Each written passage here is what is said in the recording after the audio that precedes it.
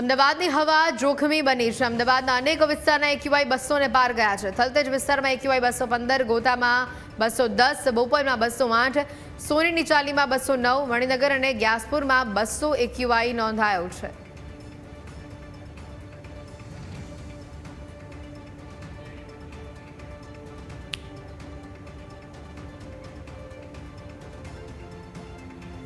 અમદાવાદની હવા ઝેરીલી બની હોવાની આ વિગતો સામે આવી રહી છે।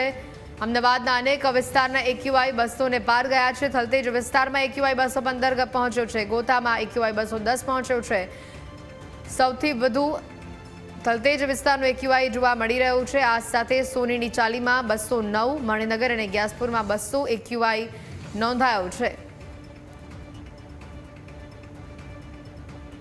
અમદાવાદ શહેરની હવા ધીરે ધીરે ઝેરીલી બની રહી હોય તેવા સમાચાર સામે આવી રહ્યા છે। એક બાજુ શિયાળાનો સમય, લોકો વહેલી સવારે વોક માટે, જોગિંગ માટે, એક્સરસાઇઝ માટે નીકળે છે બહાર, અને ત્યારે તેમને ફ્રેશ કુદરતી વાતાવરણ મળવાની જગ્યા પર પ્રદૂષણવાળું વાતાવરણ, પ્રદૂષણયુક્ત હવા તેઓના શ્વસન તંત્રમાં જઈ રહી છે।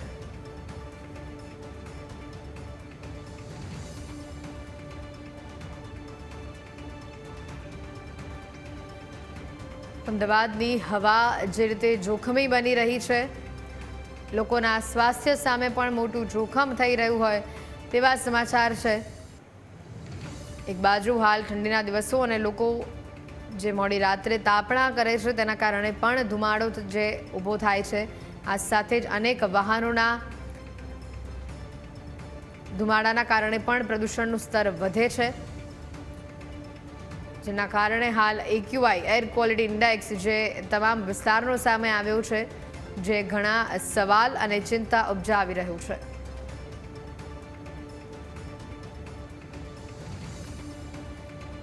અમદાવાદના અનેક વિસ્તારો જે એક્યુઆઈ ત્યાંના 200 ને પાર જોવા મળી રહ્યા છે, જેમાં થલતેજમાં સૌથી વધુ 215 એક્યુઆઈ જોવા મળ્યું છે। બોપલમાં 209 એક્યુઆઈ જોવા મળ્યું છે।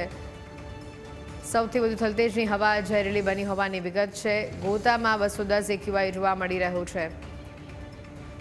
વધુ માહિતી મેળવીશું। ફોન લાઈન પર સંવાદદાતા આશુતોષ જોડાયા છે। આશુતોષ, જે પ્રમાણે અમદાવાદની હવા આ શિયાળાના દિવસોમાં લોકો સ્વસ્થ રહેવા માટે વહેલી સવારે અને મોડી રાત્રે વોક માટે નીકળતા હોય છે, પણ તેઓના શ્વસનમાં તો ઝેરીલી હવા જઈ રહી છે।